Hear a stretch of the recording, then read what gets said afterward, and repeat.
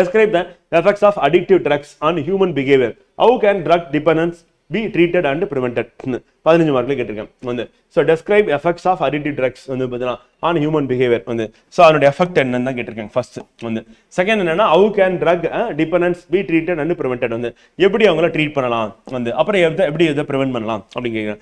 அப்போ drug depend அப்படின்னும் போது என்னன்னா இப்போ நம்ம எதை வேணாலும் சொல்லலாம் வந்து ஸ்மோக்கிங் சொல்லலாம், ஆல்கஹால் சொல்லலாம், வேற ஏதாவது ட்ரக்ஸ் வந்து பார்த்தீங்கன்னா கொக்கைன், ஹெராயின் சொல்லிட்டு சொல்லலாம் வந்து, இல்லை கஞ்சா சொல்லலாம். ஸோ இது எல்லாமே வந்து பார்த்தீங்கன்னா அதை எப்படி நம்ம அந்த சார்ந்து வாழ்றவங்களை எப்படி கையாளணும், அதுக்கடுத்து எப்படி தடுக்கிறது அப்படின்றது. ஸோ அப்போ தடுக்கிறது, கையாளுறது, அதுக்கப்புறம் மனித நடத்தையும் எவ்வாறு விளைவுகளை ஏற்படுத்துகிறது அப்படின்னு சொல்லிட்டு வந்து. ஸோ ட்ரக்ஸ் அப்படின்றது வந்து நம்ம சொசைட்டியில் மிகப்பெரிய ஒரு மோசமான ஒரு ஒன்றா வந்து இருக்கு அப்படின்னு பார்க்குறோம். காரணம் என்னன்னா இந்த ஹியூமனுடைய நேச்சரை வந்து பார்த்தீங்கன்னா அனிமலாக மாத்துறது. அப்போ நம்ம மனிதாபிமானத்தோட நம்ம நடந்துக்கிறது அப்படின்றது இல்லாமல் எப்போ போகுது அப்படின்னா அந்த ட்ரக்ஸ் அடிக்ட் ஆனவங்க வந்து இந்த ட்ரக்ஸுக்கு அடிக்ட் ஆகும்போது அந்த சுச்சுவேஷனில் அவங்க மிருகமாக மாறிடுறாங்க, அனிமலாக வந்து மாறிடுறாங்க அப்படின்னு பார்க்குறோம். அப்புறம் அந்த ட்ரக்ஸ் ஏன் இருக்கு, கவர்மெண்ட் ஏன் பர்மிட் பண்ணுறாங்க அப்படின்னா வந்து ரெண்டு ரீசன். ஒரு ரீசன் என்ன அப்படின்னா கவர்மெண்ட் அந்த ட்ரக்ஸை நம்பி தான் அவனுடைய கவர்மெண்ட்டை ரன் பண்ணிட்டு இருக்காங்க அப்படின்னு பார்க்குறோம். எங்க அப்படின்னா ஆல்கஹால் சொல்றோம் வந்து.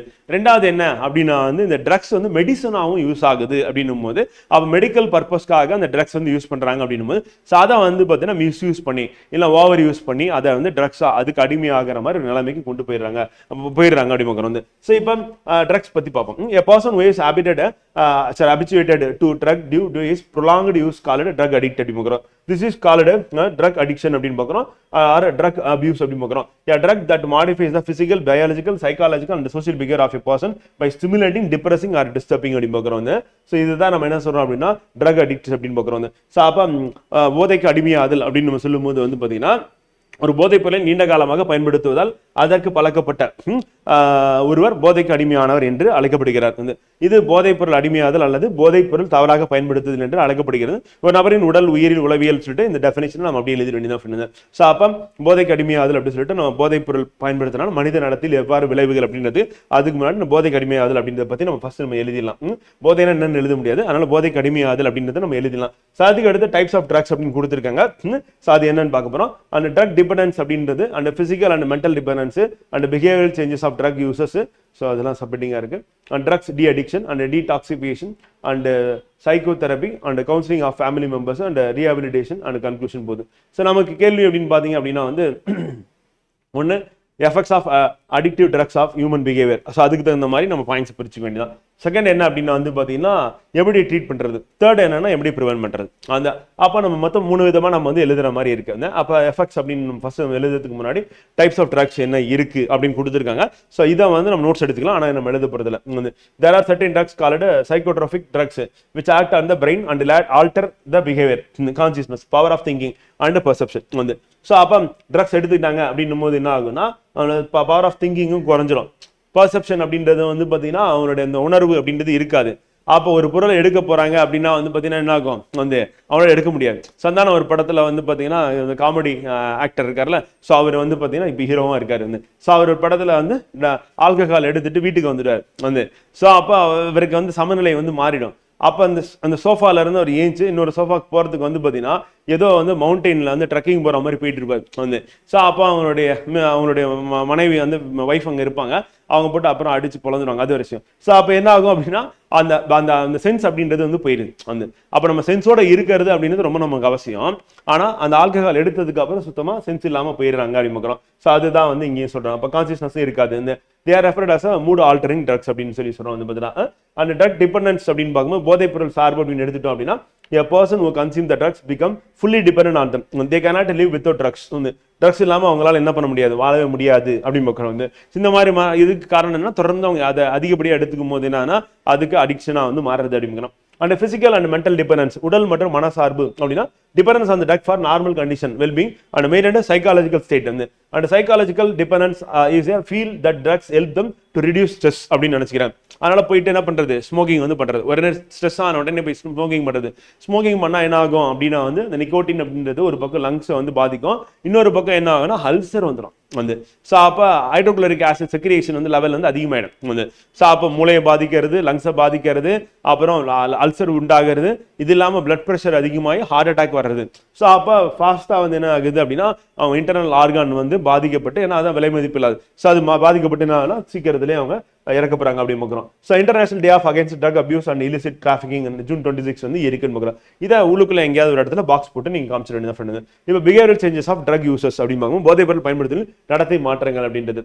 ஸோ அப்போ நமக்கு டைப்ஸ் ஆஃப் ட்ரக்ஸ் அப்படின்னும் போது வந்து ட்ரக் டிபெண்டன்ஸும் அண்ட் பிசிக்கல் மென்டல் டிபெண்டன்ஸ் அப்படின்னு சொல்லிட்டு 2 வகையா இருக்கிறாங்க அப்படின்னு பார்க்குறோம். இது அடிஷனல் பாயிண்ட்ஸ் தான். இதை பாக்ஸ் போட்டு காமிச்சிருங்க. அடிஷனலா சொல்லிக்க வேண்டியது இந்த மாதிரி இருக்கு, இந்த டேவே இருக்கு அப்படின்னு சொல்லிட்டு இதை பத்தின ஒரு அவேர்னஸ் கொண்டு வரணும் அப்படின்றதுக்காக இருக்கு இன்டர்நேஷனல் லெவல் அப்படின்னு சொல்லிட்டு அது எழுதிடலாம். அடுத்து behavioural changes of drug users, போதைப் பொருள் பயன்படுத்தல் நடத்தை மாற்றங்கள் என்ன அப்படின்னு. So adverse effects of drugs among the adolescents are a drop in academic performance, absence from the school or college. So அது நம்ம பார்க்கும்போது மோஸ்ட்லி ஸ்கூல் கட் அடிச்சுட்டு போயிட்டு உட்காந்து இருக்கிற ஸ்டூடெண்ட்ஸ் வந்து, காலேஜ் கட் அடிச்சுட்டு போய் உட்காந்துருக்க ஸ்டூடெண்ட்ஸ் வந்து அங்கே போய் படிப்பாங்களா? பண்ண மாட்டாங்க. இல்லை வேற ஏதாவது ஸ்போர்ட்ஸ் ஆக்டிவிட்டி இருக்குமா? அதுவும் கிடையாது. வேலைக்கு போவாங்களா? அதுவும் பண்ண மாட்டாங்க. அவங்க கட் அடிச்சுட்டு போகிறது மெயின் ரீசன் என்ன அப்படின்னா வந்து பார்த்தீங்கன்னா ஸ்மோக்கிங் அண்ட் ஆல்கஹால் தான் அப்படி பார்க்குறோம். இது நான் ஸ்கூல் டேஸ்லேயே வந்து பார்த்தீங்கன்னா சம் ஆஃப் சில்ட்ரன்ஸ் வந்து பார்த்தீங்கன்னா பார்த்துருக்கேன் வந்து. ஸோ அவங்க எங்கே இருப்பாங்கன்னா ஆள் நடமாட்டமே இல்லாத பகுதியாக வந்து சூஸ் பண்ணி அந்த இடத்துல போயிட்டு வந்து அவனுடைய அந்த ட்ரக்ஸ்க்கு வந்து அடிக்ட் ஆகிற வேலையில தான் ஈடுபடுவாங்க. அப்போ ஒரு குழந்தை ஸ்கூலுக்கு போல ஒரு ஒரு என்ன சொல்றேன்னா ஒரு யங் பாயோ இல்லை கேர்ளோ வந்து பார்த்தீங்கன்னா காலேஜுக்கு போல அப்படின்னா வந்து காலேஜ் கட் அடிச்சுட்டு போறாங்கன்னா டெய்லி சினிமாவுக்கு போக முடியுமா? ஏன்னா ஒரு நாளைக்கு 2 படம் 3 படம் பார்க்க முடியுமா? வாய்ப்பே கிடையாது வந்து. ஏன்னா படம் பார்த்தோன்னா நமக்கு தலைவலி இன்னும் அதிகமாயிடும் வந்து. ஸோ அப்படிதான் படம் எடுக்கிறாங்க வந்து. ஸோ அதனால அதுக்கு வாய்ப்பே கிடையாது. ஸோ அப்போ அவங்க பண்றது வந்து பார்த்தீங்கன்னா ட்ரக் அடிக்டிவா வந்து மாறுறதுக்கான வாய்ப்பு இருக்கு அப்படின்னு பார்க்குறோம். இதனால என்ன ஆகுதுன்னா அவங்க பேரண்ட்ஸுக்கும் அவங்க சுமையா மாறிடுறாங்க, அவங்களோட ஃப்ரெண்ட்ஸுக்கும் சுமையா மாறிடுறாங்க, இந்த சொசைட்டிக்கும் அவங்க சுமையா மாறிடுறாங்க. அப்போ அவங்க ட்ரக் அடிக்ஷன் வந்து ஆகாம பார்த்துக்கிறது யாருடைய ரெஸ்பான்சிபிலிட்டி அப்படின்னா அவங்களோட பேரண்ட்ஸ், அவங்க ஃப்ரெண்ட்ஸ் அப்படின்னு பார்க்குறோம். ஸோ அதே மாதிரி சொசைட்டியில் இருக்கணும் ரெஸ்பான்சிபிலிட்டி இருக்கு. இப்போ ஸ்கூல் யூனிஃபார்ம் போட்டு ஒரு பையன் வந்து ஒரு பொண்ணு வந்து பார்த்தீங்கன்னா ஆல்கஹால் எடுத்துக்கிறாங்க, ஸ்மோக்கிங் பண்றாங்க அப்படின்னா அவங்கள வார்ன் பண்ணி கொண்டு போயிட்டு அவங்க ஸ்கூல்ல வந்து விடணும். அவ்வளவுதான். மற்றபடி ஒன்றும் பெரிய இது கிடையாது. ஏன் இந்த மாதிரி பண்றீங்கன்னு சொல்லி கேட்கணும் வந்து. ஸோ அப்போ அப்படி இல்லைன்னா வந்து கம்ப்ளைண்ட் பண்ணணும். ஸோ இந்த மாதிரி என்ன ஸ்கூலுக்கு சொல்லணும். இல்லை வேற எங்கே சொல்றது அடுத்தடுத்த லெவல் சொல்லிட்டு அதை நோக்கி போனோம் அப்படின்னா பேரண்ட்ஸ்க்கு இன்ஃபார்ம் பண்றது, இல்லை அவங்களுக்கு தெரிஞ்சவங்களுக்கு இன்ஃபார்ம் பண்றதுன்னு சொல்லி அவங்க அந்த பழக்கத்துல இருந்து வெளியே கொண்டு வர்றது அப்படின்றது நம்மளுடைய ரெஸ்பான்சிபிலிட்டி கூட. அடுத்து lack of interest in personal hygiene and isolation, depression and fatigue and aggressive behaviour வந்து இது எல்லாமே நடக்கும் வந்து. ஸோ மோசமான நிலைமைக்கு அவங்க போயிடுவாங்க வந்து. And deteriorating relationship with family and friends அப்படின்னு பார்க்குறோம். அப்போ கண்ணாபண்ணான்னு போட்டு யார் அடிக்கணும் எதுக்காக திட்டணும் தெரியாம பண்ணிட்டு இருப்பாங்க.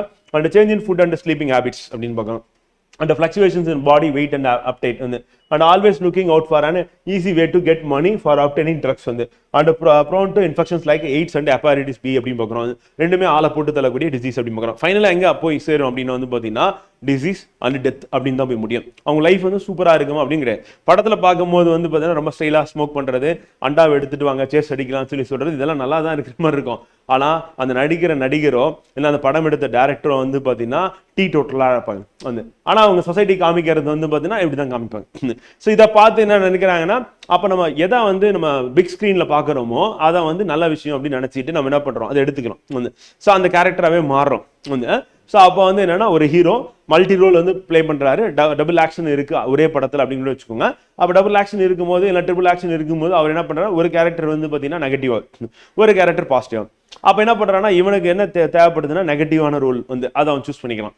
அவன் சூஸ் பண்ணும்போது என்னன்னா ஸ்மோக்கிங் அண்ட் ஆல்கஹால் அப்படின்னு எடுத்துக்கிறான் வந்து. ஸோ அப்போ கடைசியாக போய் அவனுக்கு லைஃப் அப்படின்றது எங்கே போய் முடியும்னா இப்படி தான் போய் முடியும் அப்படின்னு பார்க்குறோம். ஸோ அப்போ இந்த இடத்துல நம்ம வாழ்றதுக்காக வந்தது அப்படின்றது நம்மளும் நல்லா இருக்கணும், நம்மளை சுற்றி இருக்கிறோம் நல்லா இருக்கணும், என்விரான்மெண்ட்டை நல்லா வச்சுக்கிறது அப்படின்றத நம்மளுடைய முயற்சியாக இருக்கணும். இதை எல்லாருமே பண்ணால் எப்படி இருக்கும், நம்ம சொசைட்டி ரொம்ப சூப்பராக இருக்கும் வந்து. ஸோ அப்போ அந்த சொர்க்கம்னு சொல்கிறாங்கல்ல அது எப்படி இருக்குன்னு நமக்கு தெரியாது, ஆனால் அது எதுவாக மாறும் நம்ம எர்த்து வந்து மாறும் அப்படி பார்க்கலாம். ஸோ அந்த மாதிரி நிலைமைக்கு நம்ம கொண்டு போகலாம் எர்த்தை வந்து. அந்த ட்ரக் டி அடிக்ஷன் போதைப் பொருள் ஒழிப்பு அப்படின்னு எடுத்துட்டா family members, friends and society அந்த whole have a very important role to play அப்படின்னு பார்க்குறோம். டீடாக்சிஃபிகேஷன் அப்படின்னு பண்ணணும், நச்சு நீக்கம் அப்படின்னு சொல்லிட்டு the first phase treatment of detoxification பண்ணுறது அப்படின்னா drug is stopped gradually and addict is helped to overcome withdrawal of symptoms. The addict undergoes several severe physical and emotional disturbances அப்படின்னு பார்க்குறாங்க. ஸோ அப்போ கொஞ்சம் கொஞ்சமாக குறைக்கிறது. அப்போ அவங்க ஒரு ஃப்ரீக்வன்சி எத்தனை தடவை அவங்க ஒரு நாளைக்கு ட்ரக்ஸ் எடுத்துக்கிறாங்க அப்படின்றது, ஸோ அந்த ஃப்ரீக்வன்சி கொஞ்சம் கொஞ்சமாக குறைச்சி டீடாக்சிஃபிகேஷன் பண்ணுறது அப்படி பார்க்குறோம். அண்ட் சைக்கோ தெரபி அப்படி மனநிலை சிகிச்சை, individual and group counselling is given. Psychologists and counselors வந்து the treatment includes efforts to reduce the addict's stress and thought new ways to solve the everyday problem and adequate diet and rest and relaxation அப்படின்னு அவசியம் அப்படி பார்க்குறோம். இது எல்லாமே கதை மாதிரி தான் ஃப்ரெண்ட் இருக்கும். ஆனா நம்ம டிஃபரன்ஷியேட் பண்ணி நம்ம எழுதுறது நம்ம கையில தான் இருக்கு. ஸோ அப்போ ஒரு 5 டைம்ஸ் நம்ம ரீட் பண்ணும்போது நமக்கு இந்த சப்ஹெட்டிங்கும் அதில் இருக்கக்கூடிய அந்த கீவேர்டு அப்படின்னு நம்ம கரெக்டாக பார்த்து மென்ஷன் பண்ணி எழுதுற மாதிரி இருக்கும். And counselling to family members அப்படின்னு அவசியம். குடும்ப உறுப்பினர்களுக்கு ஆலோசனை வழங்குறது வழிமுறை வந்து. ஸோ அப்போ attitude and rejection so that addict is accepted by the family and the society வந்து. ஸோ அப்போ குடிக்கிறாங்க, ட்ரக்ஸ் எடுத்துக்கிறாங்க, ஸ்மோக்கிங் பண்றாங்க அப்படின்னா அவங்கள நம்ம வெறுக்காம ஸோ அவங்களையும் நம்ம வந்து சேர்த்துட்டு அவங்க அந்த அந்த அந்த அந்த இதுலேருந்து எப்படி விடுபடுறதுக்கு நம்ம எப்படி சப்போர்ட்டிவாக இருக்கலாம் அப்படின்னு பார்க்குறோம். அண்ட் ரீஹபிலிட்டேஷன் அப்படின்னா மறுவாழ்வு அப்படின்றது அவங்களுக்கு வந்து ஏற்படுத்தி கொடுக்கணும் அப்படின்னு பார்க்குறோம் வந்து. அண்ட் கன்க்ளூஷனா addictive drugs negatively affect human behaviour and health and leading to dependence on social problems வந்து.